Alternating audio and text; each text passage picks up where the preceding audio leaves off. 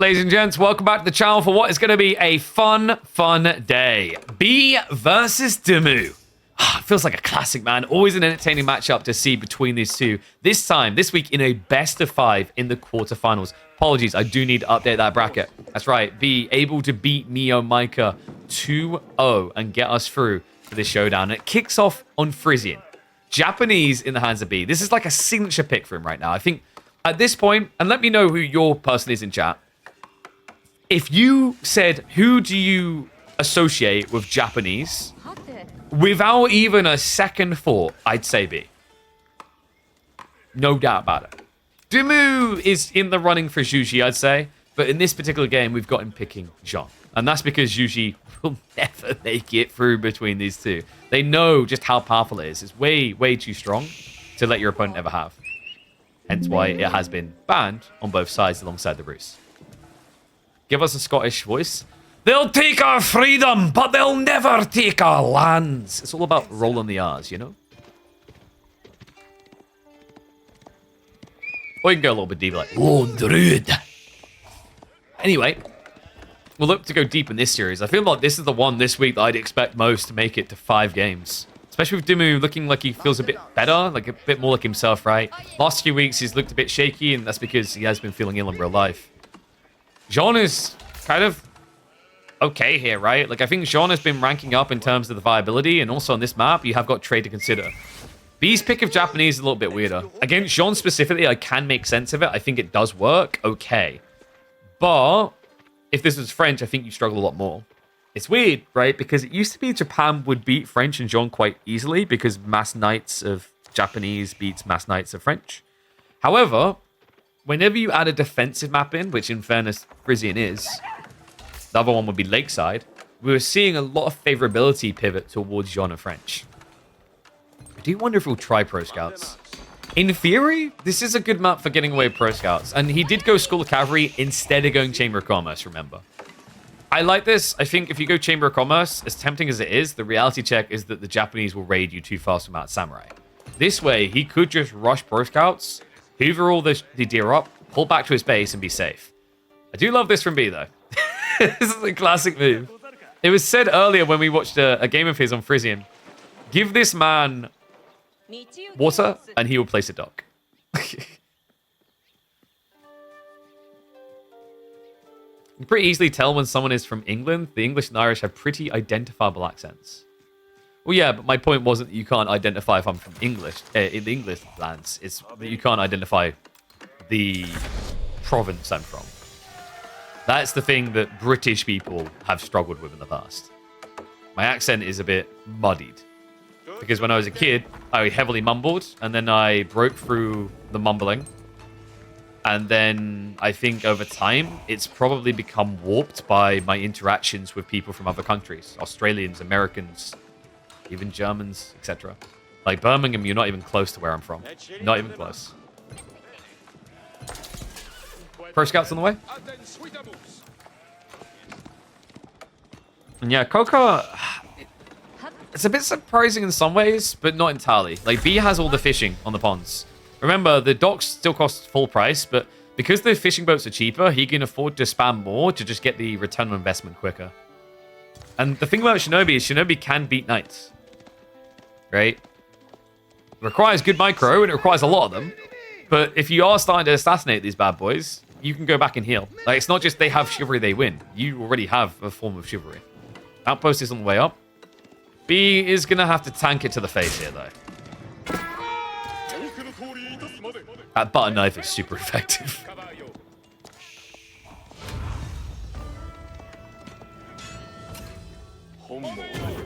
Nice Shinshin away. He didn't get the other strike out, though. But, oh, yeah. And that starts to feel bad. You might as well just got that extra strike in there. Because now, this Shinobi could also lose. Dimu is waiting for the recharge. It's coming through now. Jeanne is on the way. It's very important, actually. This outpost needs to go up now.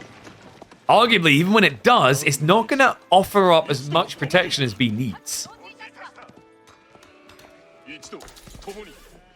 Mumbling Kid becoming a famous esports caster sounds like a movie idea. Pretty much. The only time I was clear as a kid was when I was full on raging on Call of Duty and coming up with those insane analogies. Like, Analogies has not been a recent iteration brought on by casting. I would always, when I would completely just lose my crap, get raging at like video games, go into ridiculous cyclical analogies. So funny thing about Shinobi, by the way, guys, if you get enough of them, Jeanne always dies. Right, if you get 6 of them, you shoot in, she's dead. It is a bit harder nowadays. Before they buffed her movement speed, going range Jeanne against Japanese just felt like a death sentence. I never witnessed a game where Jeanne won that matchup because of it. Nowadays, it's a little bit different. Outpost is coming up. Looks like the Shinobi have to be sacrificed here, but it is admittedly at least getting that second outpost up.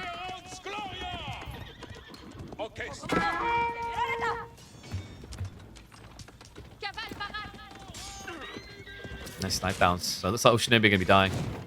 Yeah, I guess it's also like surprising I'm not illiterate, considering that when I was a kid, the education system pretty much told my mom I'd amount to nothing. I was just thinking about it because like the other day, someone was like, "You don't say admittedly correctly." I also made up a word when I first started casting, desperosity. So it's a surprise that I do this well, really.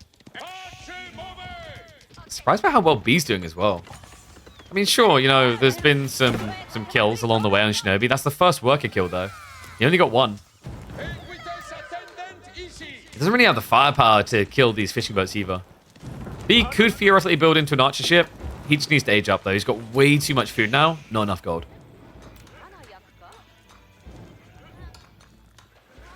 What do you think about garrison units being observable to the enemy? In AoE2, it only shows a flag. In AoE4, enemies can click and see what's inside. I think it's fine. I don't feel like I've had it or seen a situation where like it made that grand of a deal difference. It probably does matter in some situations, kind of know what you're up against. But it kind of just feels like you're trying to encourage clown carring more. And I think we all enjoy the break we're getting from the clown carring meta that we're starting to develop in the past.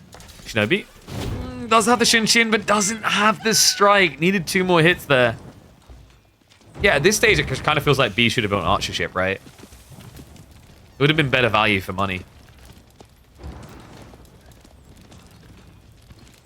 Maybe weirdly doesn't have a typical English accent. Exactly. And it's weird as well because the way I don't pronounce T's almost makes me even more British. Even though when I had this discussion with a colleague when I used to do Dota 2 a lot. He said it proper there. So I used to always be on a cast like, "Welcome to Dota 2." And he's like, "Why don't you pronounce the T's?" And it's like, because I think it's going to make me sound really British. He's like, that's the quality. That's the attraction. Everyone wants British casters. I'm like, I don't know. I just saw it as like weed. Which sounds weird saying out loud. Because like not pronouncing T's is a British thing. But when you pronounce your T's properly, it's also very British. There's certain noises with different dialects that just give you away. I think for British people, it is the T's. It's the way that we pronounce T's that give us away. Right? Dota 2. British. Instead, we're Americans to be more like British. British. British. British. See how like different that is to British. With South Africans, I think it's like oohs and ahs that give them away. It's like a well-educated South African can almost sound British, but there are certain words that their pronunciations overlap with Australians, and it gives it away. So I explained this to my partner the other day because she watches this vlogger who went to like the most fancy rich kid school in South Africa.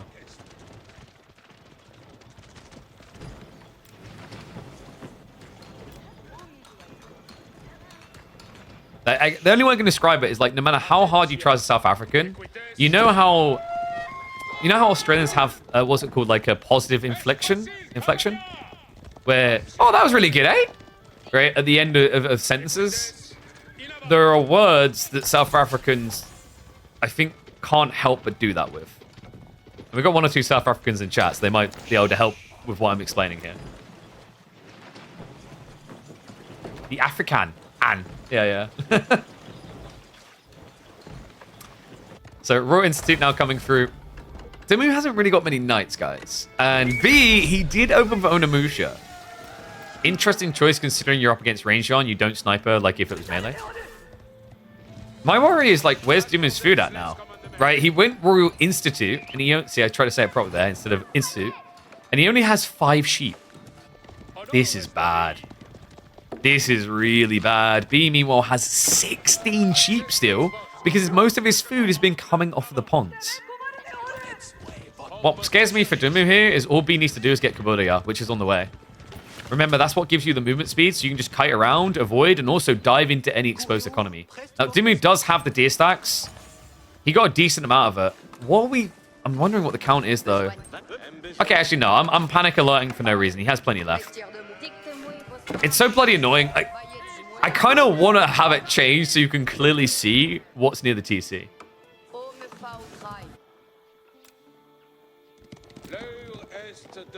Let the horseman play. So this now actually gets awkward then. B is going to be going back for Mount Samurai. Dimu. With Raw Bloodlines and Flood Horsemen, we've seen actually Jeanne and French can beat up Japanese quite well.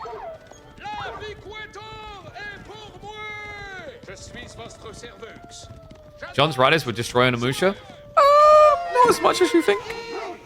Jeanne's riders get bonus damage against crossbow units. These aren't crossbows.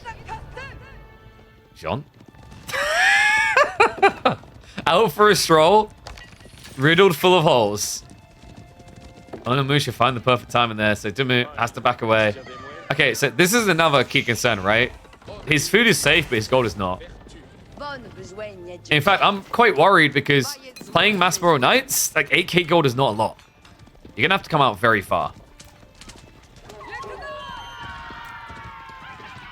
Settle units only select sheep and deer that's killed. It's hard because deer don't have ownership stake. They'd have to recode something on the backside. You can check the sheep count because they have an ownership stake.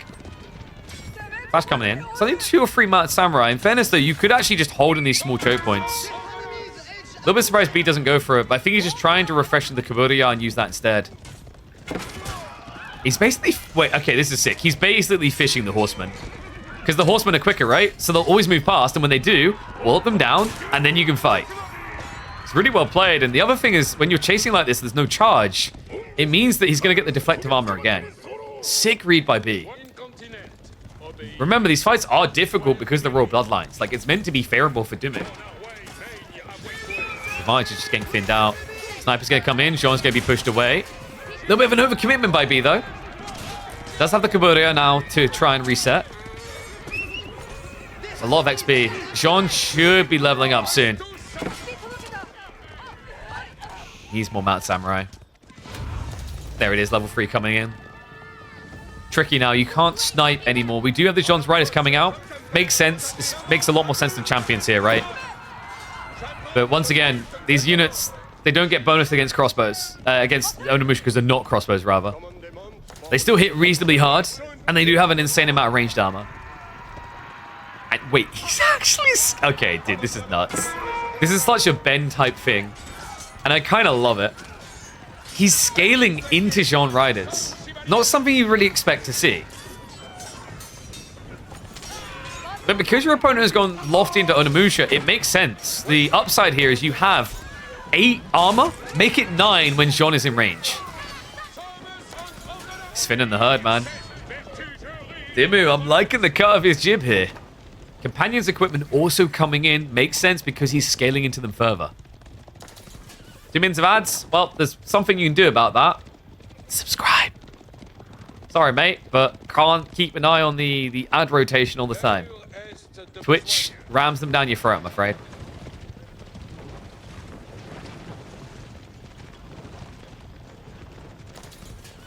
You need to see tournament. I noticed in a game that a deer dropped behind by a pro scout behind a tree had the color of the player. Interesting. It might be, though, what you're seeing there is the player filtration. You see how the color changes based on POV? So this is what B sees on the coloring. This is what Dimu does. So I'm not sure. I'd have to check one of the modders, one of the coders.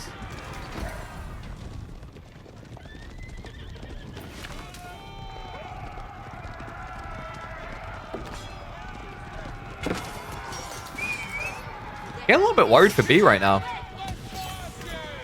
Military Academy just came in. Dimu's getting ready to flood him. Luminary 2 also coming through. Especially important with the Jeanne's Riders. I mean, percentile scaling as well alongside Jeanne, so just all quite beneficial to have together. Why no spears? I think he's trying to get there, but he wanted to remain dynamic. He wanted to try and raid. He's only now getting the spearman, and it may be a little bit too late. Then we're diving in deeper. Jeanne's going to be farming up a storm here. The Riders go to the backside, so the Onimusha aren't even countering out the Knights right now. Love the fact he's got the scouts here, just extra damage absorbers. So Riders go down. Knights are now going to get mopped up. The Spoon placements are saving B from getting cooked here. To a ridiculous degree, in fact. If it wasn't for the Springald towers here, I think you just lose the entire army, probably lose 5 or 6 villages as well. So props to him. I mean, it's something we've seen time and time again, right? Is for all the weaknesses we flaunt about Japanese and how they can suck, one upside they have is their ability to just spam a lot of Springald placements if the game goes long enough. Usually the problem is it feels like the game is one way or the other before that point. Maybe Twitch Turbo is better. That's true, but if you want to directly support a content creator, subscribe. Or do your Turbo and then donate them. Boom. Win-win. Spearmen are now starting to come out, but it's a bit of a trickle. We have to be really considerate of the fact that Jeanne is farming a lot right now. Probably like 300 XP already. Remember, you need 1500. So still a long way to go. But we're not even 20 minutes in the game. And yes, you do get compensated for Turbo users watching your stream. It's not always as much, though. I'd be curious, like, if a Turbo user watched my stream for 120 hours a month, I wonder how much how much money that would generate. Because of how weak Twitch's ad rev gen is, I could still envision that being lower than what you get from $5 on a sub. Which is kind of crazy.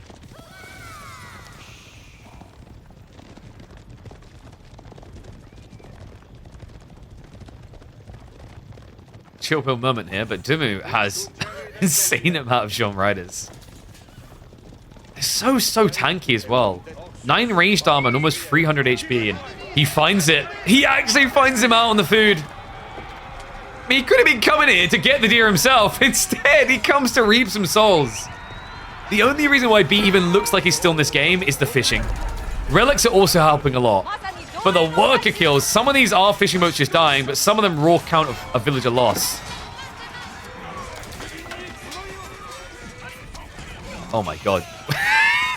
I think we just saw why people don't bother with Jeanne's Riders. What happened? And yeah, I was about to say, he should be more villagers behind, but he Yorishiro dropped the TC. No way. But KP, you were just telling us how good Jeanne's Riders are. I don't know what you want me to say. They should be good. They should feel good. They never do.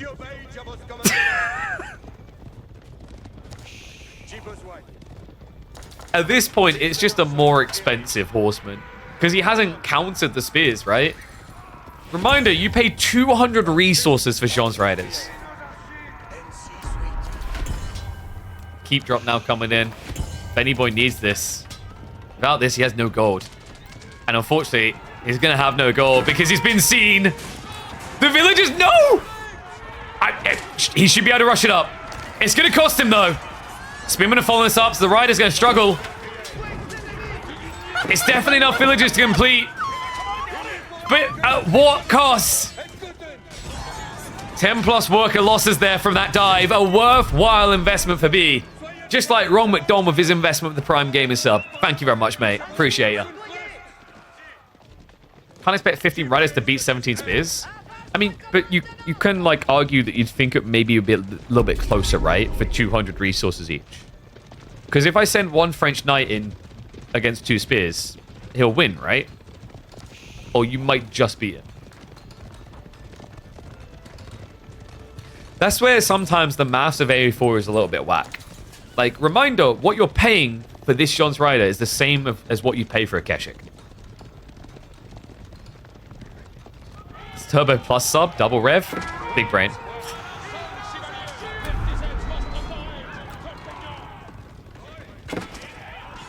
This game is getting... Wait, what?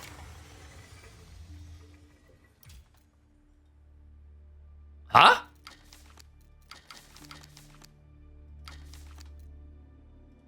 Well, that's new. Okay, so back into... Apologies for that, folks. We basically had a server DC. We don't know what the hell exactly happened, but we're back into the action. So we'll go to 2x speed between the big fights just to try and catch up, but kind of a rough game right now for Dimmu, man. I mean, he did get the key drop. He has secured the extra gold vein, but he is miles behind now. And you basically have this situation where you kind of feel like you're up against French. Your opponent's got a faster producing TC, and you're still only on 1. You need a lot of worker kills, and that's a good start. Catches 7 there. Just when you want to count him out. Oh no, no, he fights more! We have an even game! It looked like it was gonna be a GG. But in the last minute of gameplay, Dimmu has unraveled the lead that B has built entirely. Absolute insanity. We have got Slaying on the other side, though. It looks like now it's B's turn to raid. He's moving into the ponds, and Dimmu doesn't seem to notice.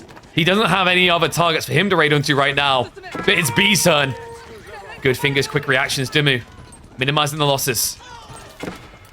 Still idle time. It's still going to be a lack of food. Jeanne is camping on the other stack, though.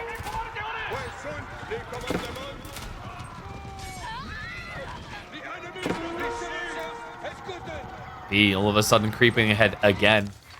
Still has some fishing in the corner, so it's a little bit deceptive. The Sacred Site timers are ticking. Now, this is a very hard win condition for Japanese, remember. They don't have castles. Nice. Go full crunch time on the enemy samurai, but what I'm seeing is a lot of spears. Dimmu has got the arbitrator coming. Slowly but surely. Crossbow strips also to follow. And the raids continue here. It's coming in again. This time it's spears. Not as easy to counter. Not for this comp anyway. It also has the bannerman there. At this point, Dimmu, 3/4 of his economy is pinned underneath this castle. He's safe, but he's not gathering. And arguably, he's falling further and further behind.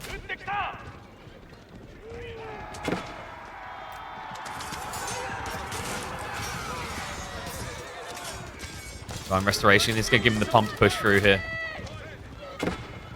Now, B, this is usually where Japan loses.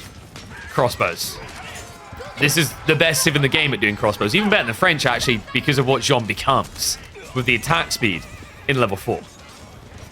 So B needs a switch up.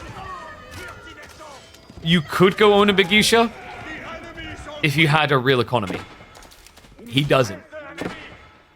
So instead, what I'm expecting from B is mech.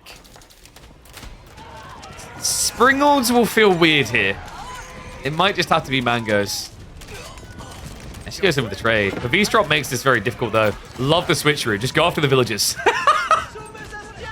Every time he's like, well, I could fight you, but these guys look less armed.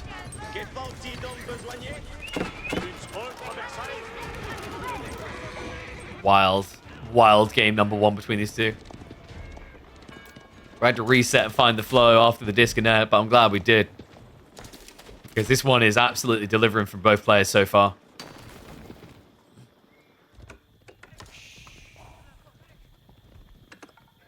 All's going up. B just trying to limit the options now of his opponent with what little cavalry has left. But we can see for Dimmu, it's all about arbitrating. They're both still playing on pocketed resources. Nobody has a mass farm transition coming in just yet. There's the 2x speed to catch up just a little bit more. And no, these are best of 5s. We've leveled up the midweek musters. Quarterfinals are now BO5s. Part of me wants to make the grand finals a BO9. I don't know if that's overkill, though.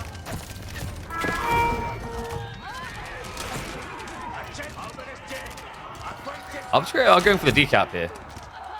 I don't think B can stop him right now. No, he needs a lot of horsemen. And I mean a lot. Like 4 or 5 horsemen is not going to do it here. So decap comes through. Win condition removed. Dimmu able to run away.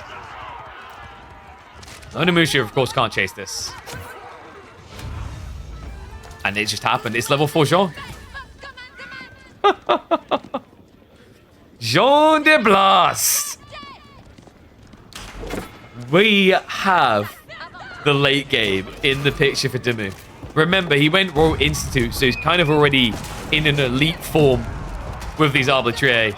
The Gatling gun mode is going to be the full level up, though. A key drop on the way. Has he used it? He has indeed. Valorous Inspiration is activated, so the Gatling gun on the way through. He's basically frontlining with him because of all the melee armor. There's no way you can stop the castle drop. Dimu is going to be able to deny it. Cannon's at least going to be taken out. Maybe. Yeah, repair's not quick enough. However, look at the lack of army from B. That dive cost him so much more. How did Onimusha trade with Arbitrary? Poorly. It's already rough because of crossbow stirrups. It's even worse now because of Valorous Inspiration. Add in the fact that you've got the Pavis drop to go up to 7 ranged armor. Meanwhile, these units that have the exact same health as you only have 2.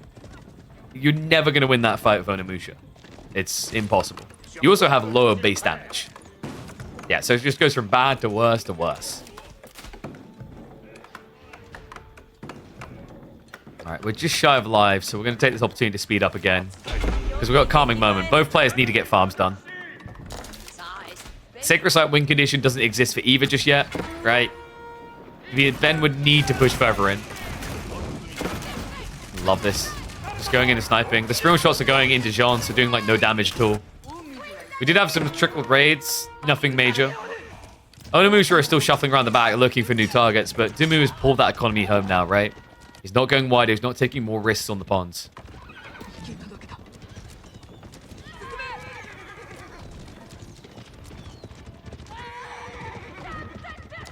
Really hope they don't add one more hero save. I'm fine with it. I think Jeanne's unique. I don't think Jeanne's OP. People who think Jeanne is OP, probably the same people that still think a Great Bombard is OP. It's not anymore. Said this before. Maybe there's a controversial thing. People's hate and OP feeling on Jeanne is because it was different. That's literally what it was. It's different to what you're used to in Age of Empires. I like the hybridization of gameplay it brings. She used to be OP? She wasn't. I'm standing by this. She was not OP. People called OP way too early. Nice sneak here for B.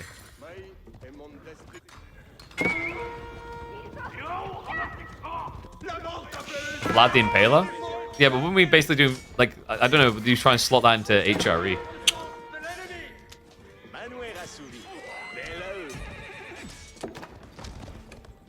I know they weren't part of it, but people probably try to slide it in there.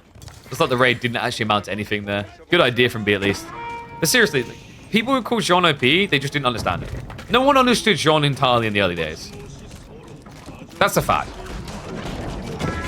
OP would be a stretch. You maybe argue slightly over 2, possibly. But OP, come on.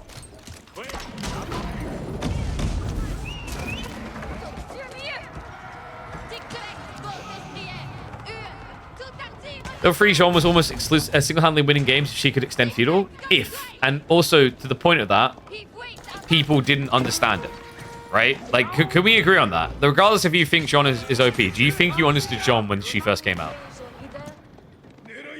Or was she completely and utterly polarizing and completely different to what you played in Age of Empires 4 over the years? And Age of Empires 2 and Age of Empires... Right? So, like, that's the point. Some people, if you want to try to have your valid argument, you say you don't think that Jeanne fits with the theme of the game. Granted, okay, we can have an argument about that. That's different. Her being OP, though.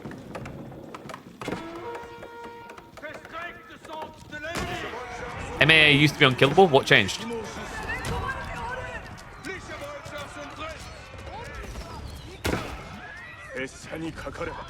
That's coming in, though. We've got rocket launchers. It's kind of funny, actually. The rocket launchers won't immediately kill these guys. And what is up, Mad Mike? Thank you very much for the resub, mate. Appreciate you. Yeah, so you end up doing, what is it? 192 damage. So it's going to take a second shot to kill just one rider. Still expensive losses at this stage of the game. B is just lobbing mass horsemen here. Doesn't even have the Uma Bannerman though.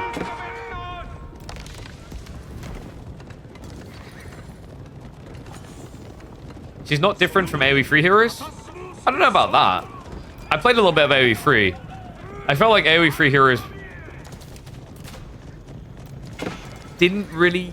I didn't feel the same scalability or anything.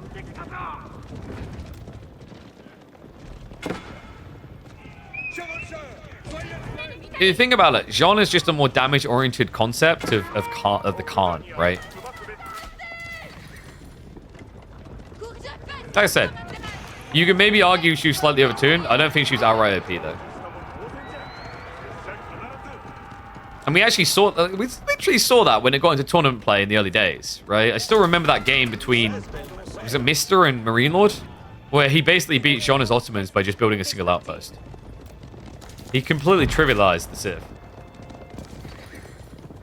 And that's kind of a problem with Jeanne if you think about it. It's like she just doesn't have options. She's got a bit more option now with Pro Scouts meta. Historically, a problem has been she has to be this. Attack, attack, attack. Tanagashima Gunsmith now coming in. So B, instead of attacking, looking to tech. Imu's still playing the Age. He's even switching into the Archers now.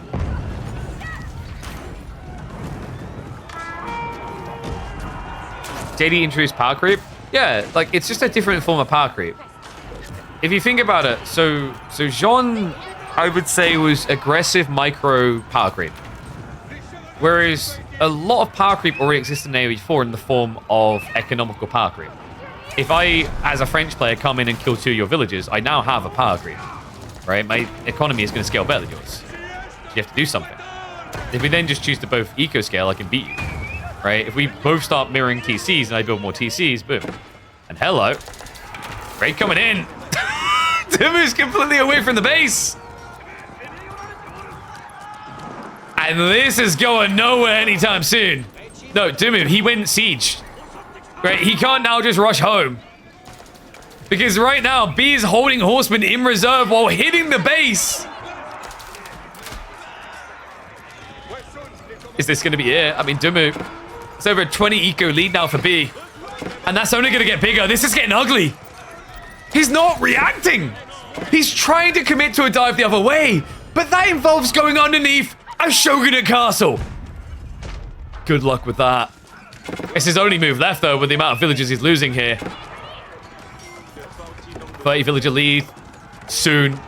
Possibly more. The only thing safe is the gold gathering in the center. And B, that slivery gear, that move right there might have just done it.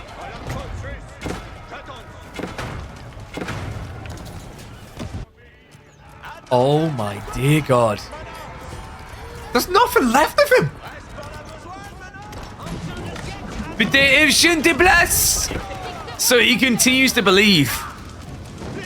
Now, interesting thing here, folks. You can tank the Shogunate with Jeanne directly. Because she has range damage reduction. And the rocket launcher is not siege, it's ranged.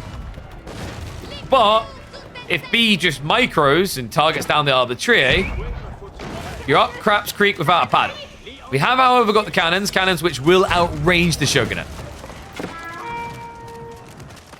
This game is not over yet. Although, wait, no, he's going for a landmark snipe. Dumu, no, this is too late!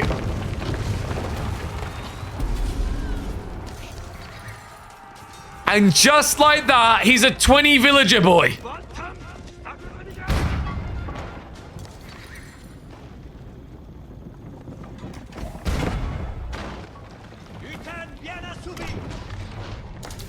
Relics have at least been pulled out of their sanctuary. It feels like a landmark race, but this is hard. The Tanagashima Gunsmith is the real threat. Your opponent will have cannons to counter your cannons. There are only 35 villagers left alive. I mean, you just go off the other landmarks, right? They're all on one screen. It's not going to be quick. But instead, maybe, I don't know, kill 16 villagers for free? Even with this army eventually getting mopped up, look at the military count. B is not weak, and he has hand cannoniers coming in. This surely has to be it. Hand cannoniers commit. Jeanne can force the blast. Hasn't activated the Valorous Inspiration just yet, though. And there it is. It comes out, it's activated. Gatling gun mode has been activated, but I don't think it's going to be good enough here. The backstab feels conclusive enough. Sure, the Jeanne's riders might still be alive. One cannon might survive, but Jeanne most definitely will not. And game one will go to the 3D clan member. What a game it was. I'm glad we were able to get back in and catch up after the weird spectator disconnect. For what is clearly going to be a promising series.